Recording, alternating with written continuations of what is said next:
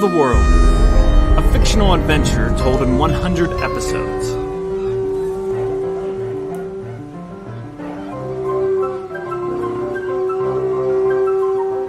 Episode 30, Good Things.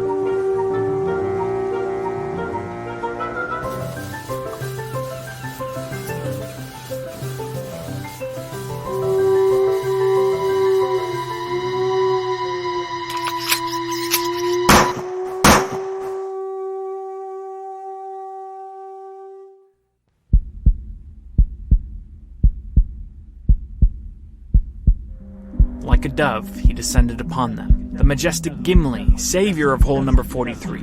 Welcome to postman of the adventure schooner Orion, champion of the seven seas, hardened pilot of all the winds of the earth, the great trumpeter, the eternal newsman, the hope giver, the bringer of truth, the harbinger of certainty. At last, the noble and eloquent gentle bird had found the miserable ones of Pishtaco's pit. How long had Jenn yearned for this moment, eagerly sought out the foul silhouette in the sky. Hope springs eternal. Life gives way to life anew. Hope springs eternal. Tears of happiness trickled down Jenn's eyes. She pulled out the dirty scrap of Cleopatra's story that she'd scribbled her words to Atticus on. She raised it high in her hand, up for Gimli to snatch up with his message-bearing talons. "Gimli, here! We're here!" Jenn screamed with glee, and the goal descended. He was so large. Enormous, really. His form seemingly filled with the entirety of the hole. "Gimli, you made it! Here, Gimli!" Those talons, so large, more like a lion than a bird. Jenn had never noticed before how stunningly grand Gimli truly was. Jenn, duck! That's not Gimli! Jenn didn't recoil in time. Miles found the machete and raised it toward the flying freak. Talons clasped onto Jenn's outstretched hand and sunk into her flesh. Ah!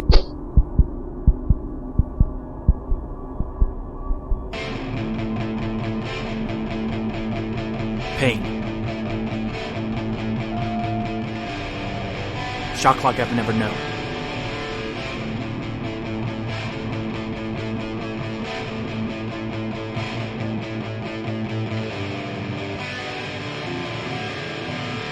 It's been said that emotional turmoil is as blisteringly painful as physical torture, but have those who've expressed such thoughts ever lost their limbs? I know I haven't.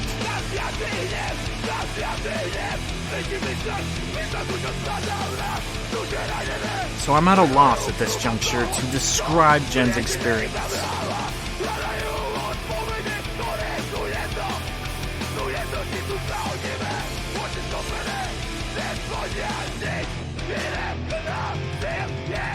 Here are the facts. It was not Gimli that descended upon hole number 043. It was, in fact, the griffin. It clung onto Jenn's hands. Miles, quick thinker that he is, grabbed Merkel's machete, screamed at the top of his lungs, and hacked off Jenn's hand at the wrist.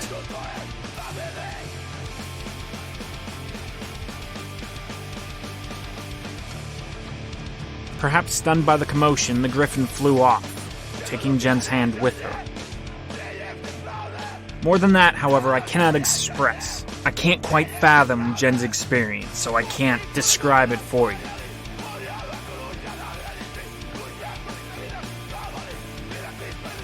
So instead, I offer Jenn's own words as insight.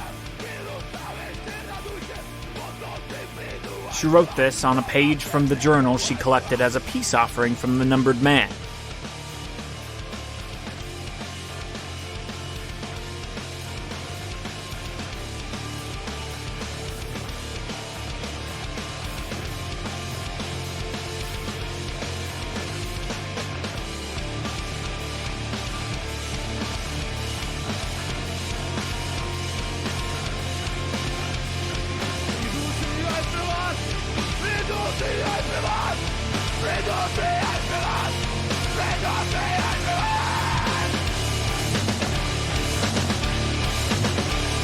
Dear Atticus, I'm not who I once was. I'm different now, forever altered. But I want to be who I once was. I want that back. I'd do anything to go back. Back to Louisiana. Back to your couch. We were starving in the hole. I thought I saw Gimli. I reached out my hand. I just wanted to give you something, so I reached out my hand. I reached out my hand, and now it's gone. I never said goodbye. I never consented to this.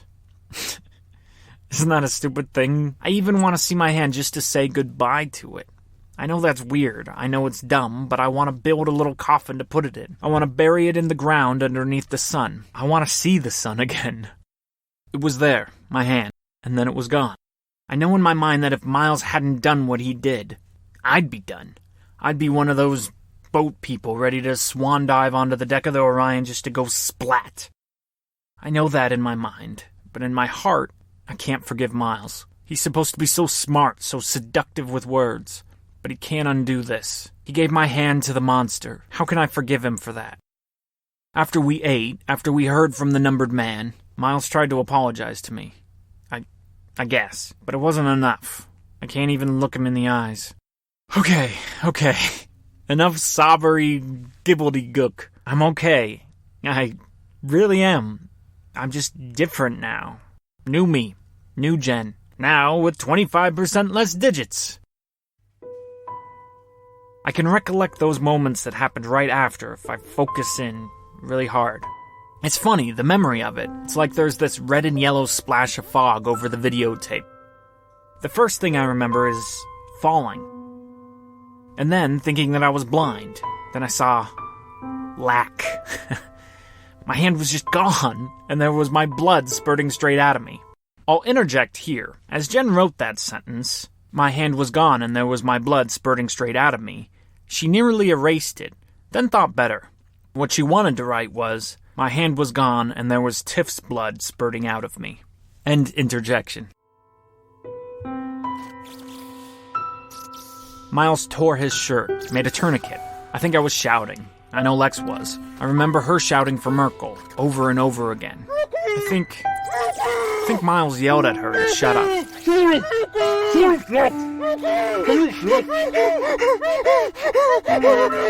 Merkel was nowhere to be found. He still is nowhere to be found. He just evaporated into the walls. We think he must have found one of the tunnels on his own. He's around, somewhere. He just won't forgive us, won't show his face. I may not be able to forgive Miles, but I still have manners. I haven't lost all my southern pride yet. But if I do, I sure could use a hand.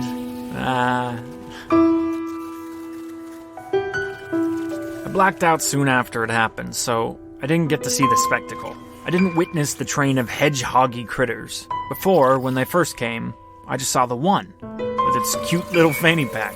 Merkel was right all along. There was never just one. There are dozens. Lex told me we should have been able to hear them, but none of us were really taking in any senses except for what was happening to me at the time. Anyway, the ground dropped out underneath us. Again, I was unconscious for this part. Everyone dropped like 10 feet deeper down the hole.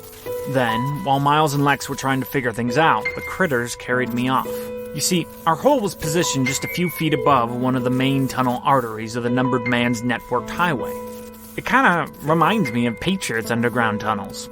The tunnels here on the island are much bigger than our hole was. They're tall enough to stand up in. No crouching necessary. The little hedge guys grabbed me on their backs, so says Miles, and carried me to the chamber. So I'm in a chamber kinda like that one now. There's no light. I mean, there's no fire or electricity or view to the sun. We're like 100 feet underground. How am I writing this, you ask? How am I putting pen to paper? Well, in these chambers, and all along all the tunnels, the rocks glow. All sorts of colors. The first one I remember seeing, the first chamber they took me to, in that one all the rocks glowed green. Don't believe me? Just wait, it gets better. Lots better.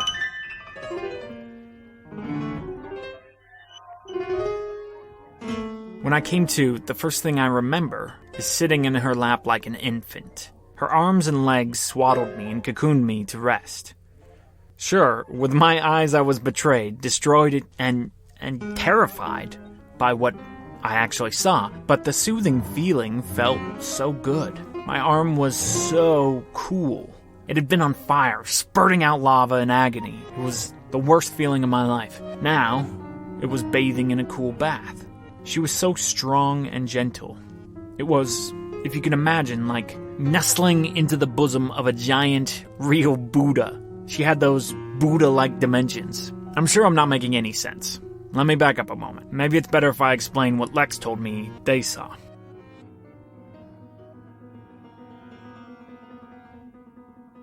She said, after they fell, she was rummaging up through the dust and ash of the fall, trying to reorient herself and prepping for the worst. That's when she saw at least a dozen of the hedgehogs carrying me off. And Lex noticed the green rocks glowing, kind of like lighting a path. Lex and Miles were able to follow us, just 10 feet or so in back of us.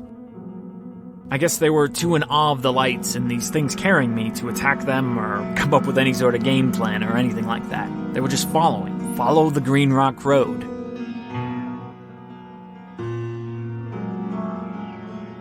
I remember, Lex said in her own words, I remember them clearly, I couldn't input what my eyes saw. That's what Lex said. You see, in the chamber there were piles of food, all kinds of fruits and vegetables, fully cooked rotisserie chickens, whole slabs of ribs, anything that makes your mouth water, it was there. But more to the point, in the corner of that chamber room was a beaked, froggy woman. She had this round tummy and torso, but green, frog-like skin and frog-like legs. Her feet were like flappers, but her face, that's what I remember best, it was feathered. At least, like partially feathered, and instead of a mouth, she had a beak. I don't know, the only thing we have in our normal world that mirrors it are some of the old drawings of, like, Egyptian gods. Which one? I can't remember their names. This woman's probably just an amalgamation of all of them. You know, just like that. The bird, frog, woman, Egyptian goddess. I remember her beak was pointed, and out of the tip of it came this slime. She was holding me, and the slime from her beak was dripping down onto my stump, sealing my wound, healing me. Are you believing any of this? Uh-oh. One of the hedgehoggies are here. I gotta go. I'll write more later. Jenn put down her newly minted journal. She wasn't the only one with a journal now. At one of the meal chambers, as the group came to call them, 3 journals, beautiful brown leather-bounded books, lay beside the mounds of sumptuous food. Both Miles and Jenn took one. The first day Jenn decided to open and write in hers was a horrible experience. Life with one hand was going to be challenging, stretching in almost every mundane detail. So this, quote, letter Jenn had managed to pen on this day was quite an accomplishment. I say day, but it might have been night. Jenn, Miles, and Lex had all long lost any ability to discern what time of day it was. The roly-poly hedgehog mutation walked into their chamber, seemingly smiled gently according to Jen's intuition, and rolled onto his belly. "It's a tape recorder again," Lex said, stating the obvious after staring at the blunt object dangling out of the hedgie's fanny pack. "Grab it," Miles said. "You do it," Lex responded. Miles didn't hesitate. He grabbed the recorder and pressed play.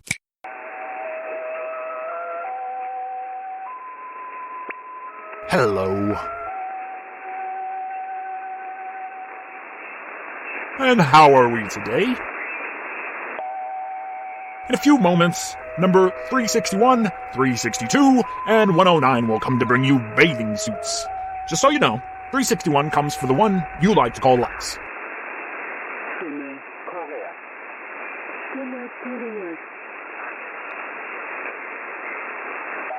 362 for the one-armed girl you call Jenn, and 109 for the man, Miles Farr, I believe you call him. I'd like to invite all 3 of you, my guests, to try out one of our 3 premium spas on the island. I'll warn you, however, that the spa has a habit of getting a bit too warm. You'll notice when you get there that there are strings hanging down near the edges of the spa. Those strings are attached to buckets of ice. If you get too warm, feel free to pull on the strings. Pulling on them will tip the buckets over. Just be sure to stay out of the way of the falling ice. More than one of us have been bruised from the descending frozenness.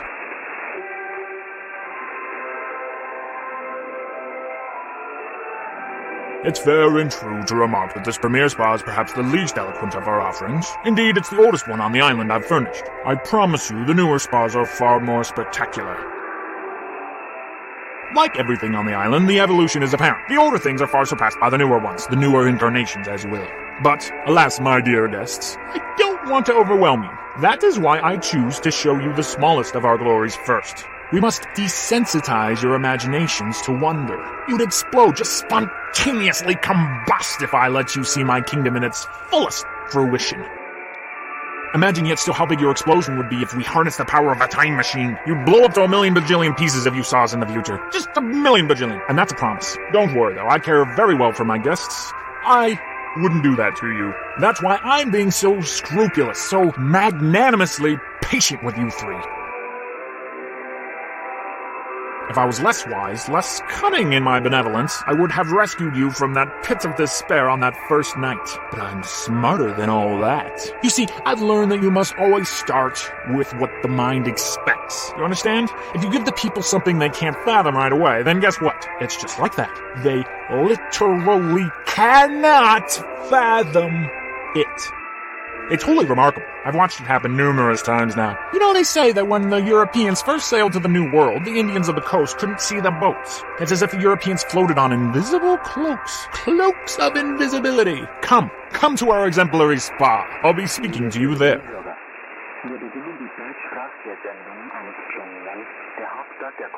Some things of greater relevance I believe you are now able to hear.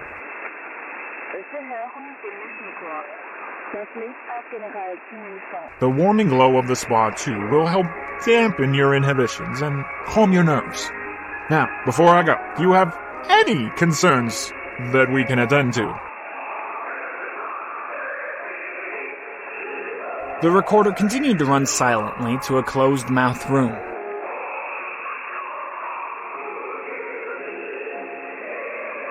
You can tell 242 right here whatever it is that needs attending. He'll carry your messages to me for you. More silence.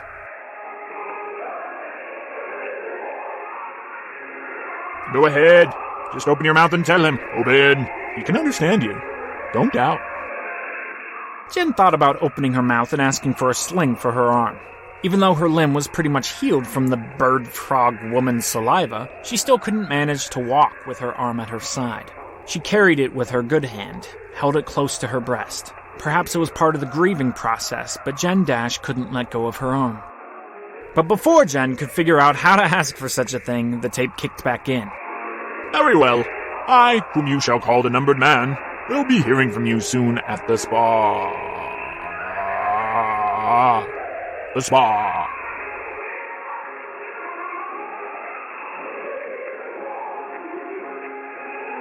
The tape clicked to a stop. The hedgie, number 242 according to the numbered man, reached out his claws toward Miles. The gesture was strange but easy enough to translate. The hedgehoggy thing wanted Miles to hand him back the recorder. Miles did so, and the creature grabbed a hold of the recorder with relative ease and dexterity. He plopped it into his fanny pack, reversed directions, and waddled on out of the chamber, into the vast network of glowing rock-aisled tunnels. "What do we do?" Lex asked out loud. "Shh!" Miles sneered. "What?" "What?"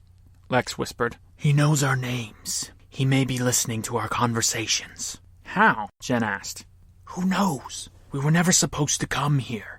I've no idea what's going on. Maybe he's rigged this place with microphones." "You keep saying that. You said that back on the boat. You were so mad that we decided to head this direction. When we split up, you never wanted to come aboard." Jenn was searching for more reasons, more evidence to cast Miles Fa as an enemy, as a demon in disguise. "Yeah, Jen's right. Why are you here, Miles? You were adamant about not coming here. What do you mean we were never supposed to come here?" Lex was jumping onto Jen's train. The numbered man wasn't here, wasn't showing his face. There needed to be an enemy, and the only option was the mind reader standing right in front of them. "We're not doing this. Ladies, we're not having this conversation right now." "Ladies? Don't you go patronizing us now, Miles. Answer the question." "This isn't productive." "I don't care what's productive or not. We've been starved, terrified, betrayed by Merkel." "We don't know Merkel betrayed us." "Microphones in the walls, Miles? Are you deliberately being so dull? There's not even electricity down here. There's just iridescent rocks. He knows our names because Merkel told him." "We don't know that." "Answer the question, Miles." Jenn rubbed her stump. The end was so smooth. What magic was in that saliva? "Jenn lost her hand, Miles. You need to tell us what you know." I don't know anything." Lies! Lex stuttered and stumbled. I don't get it. I've seen you do things. You're one of the cleverest people on this planet. You can make anyone like you. Make anyone think what you want them to think. Why are you letting Jenn and I hate you?" Why don't you calm us down? You know something, and the fact that you're so miserably trying to cover that up is pathetic. You're better than that, and I'm terrified. Jenn's mind trailed back to her first conversation with Miles, the one about Muhammad Najjar.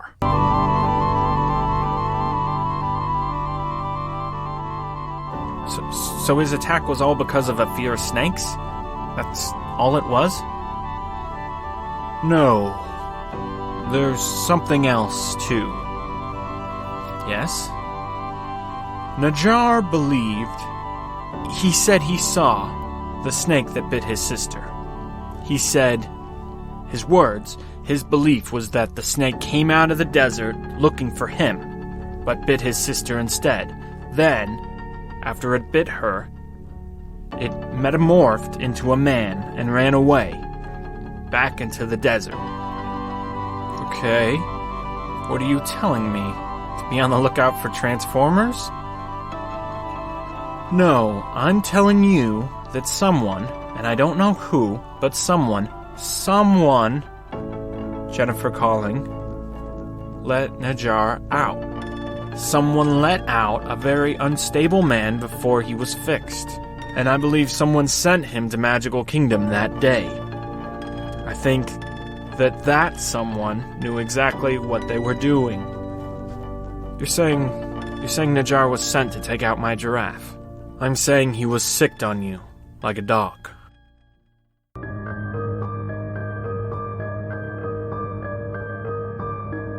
You're right. You're absolutely right. 3 hedgies came waddling in.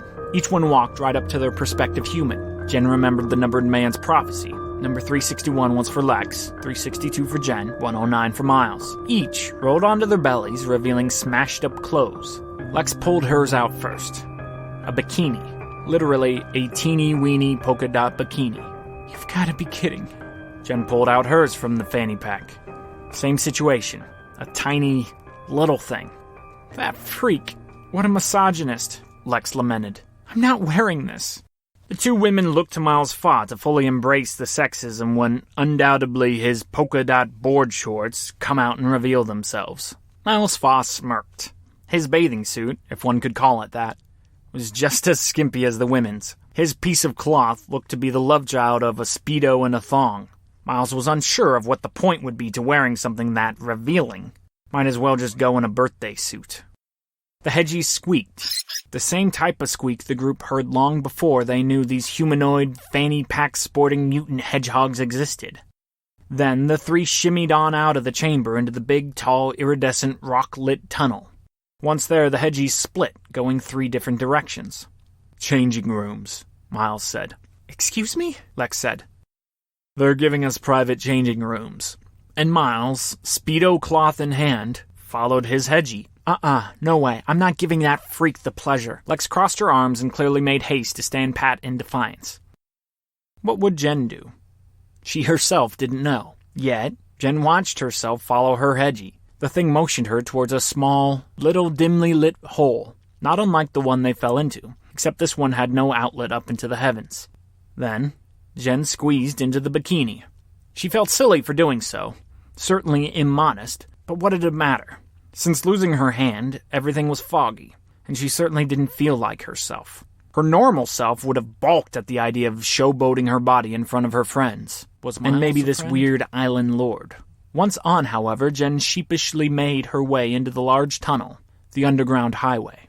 It was hard not to think about her hand. The instinct was to subtly cover her body when revealing herself to Lex and Miles, but without a hand, she felt all the more bare. There's nothing left to cover up anymore.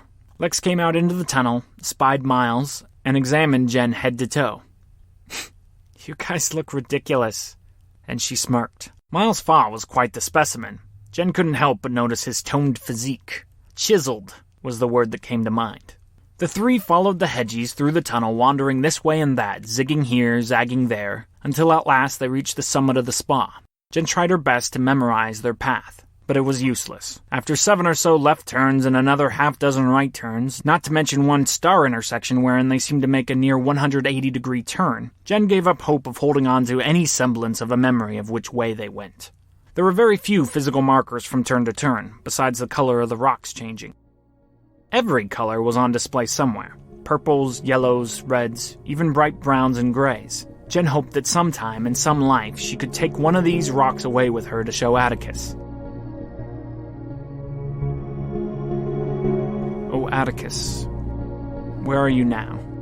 Jenn's temperament swung so freely from pole to pole way down here where the sun doesn't reach.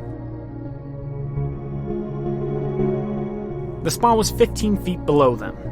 The tunnel walked right up to an edge, and a great pool lay below them. A ladder awaited them at their feet, but it clearly was deep enough to dive in, and that's exactly what Miles Fa did. The spa was especially colorful. The rocks below the water were a special hue of orange, a variant Jenn had never seen before. Both Lex and Jenn couldn't help but fear that Miles was going to melt or evaporate or spontaneously combust in the pool. Nothing was taken for granted on this island, and if saliva from a beak could heal an amputated stump, who's to say what a spa would do? But, to the two girls' relief, Miles returned to the surface and called up to them. Come on, it's warm but quite nice. It's like bathing in a sauna. No, Lex stated matter-of-factly. Once again, Jenn found herself responding before thinking through an answer. She carefully tiptoed down the steel ladder. She plucked her toes in, found it to her satisfaction, and waded in entirely. The feeling was almost instant, a sense of peace. Miles and Jenn found themselves smiling vigorously as they tread the temperate water. The peace spa. What a blessing. What a good thing. In fact, everything after the severed hand had been pleasant. The numbered man had taken care of Jenn. Miles didn't do that. Lex couldn't do that. And Merkel had been MIA. Jenn was starving. The numbered man fed her. Jenn was going to bleed to death, but the numbered man made sure she didn't. And Jenn was clean, no infection. And she was nearly painless this whole time. There's no pain on earth like losing a limb, but in the days since the incident, the numbered man had made sure Jenn felt as little as possible. He even gave her pen and paper to write down her thoughts. So what if he wanted to ogle her a little bit in a bikini? Maybe the numbered man wasn't the villain everyone made him out to be. Jenn thought these things as the spa soothed her whole being. Lex sat at the mouth of the entrance, her legs hanging over the side. Miles pulled on one of the hanging strings. Sure enough, just as the numbered man had said, a bucket of ice tipped over, and a sweet coolness plunged into the pool beside Fa.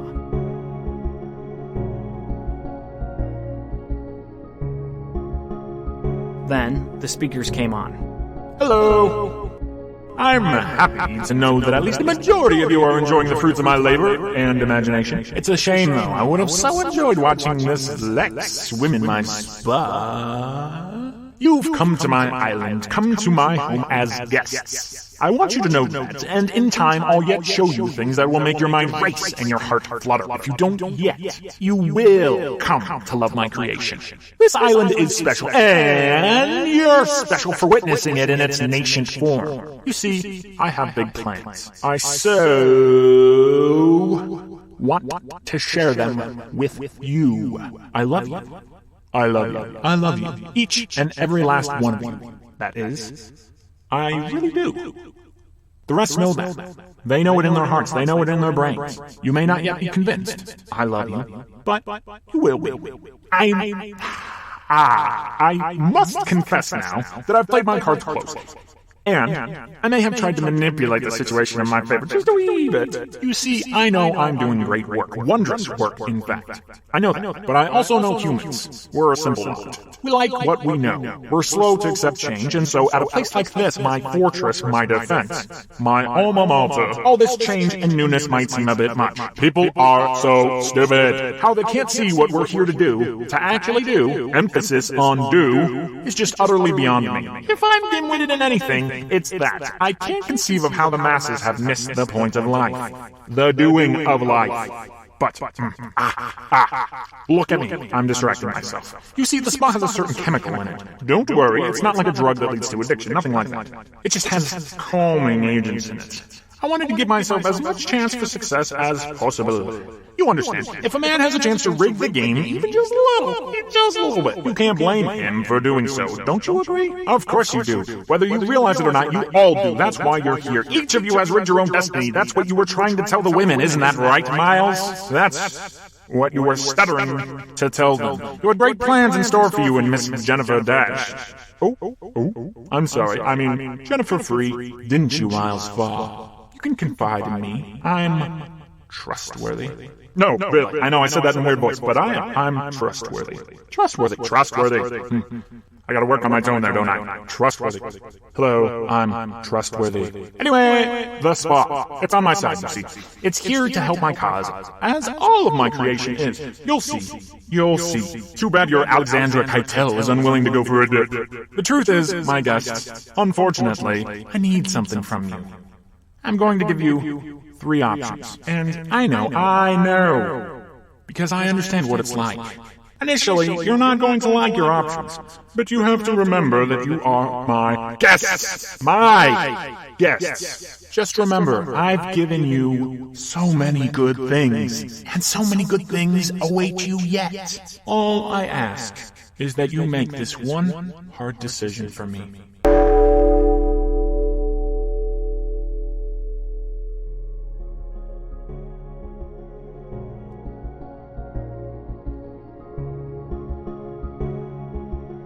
Jenn's lost a hand, but if she wants it, she's about to inherit a future unlike anything us regular folks have ever known. The numbered man holds all the cards, and the decision he's forcing Jenn and Miles and Lax to choose from is not pleasant. A wrong choice will kill them all. The future is just a choice away. That, and a window into the numbered man's grand scheme. Next week, on Solve the World.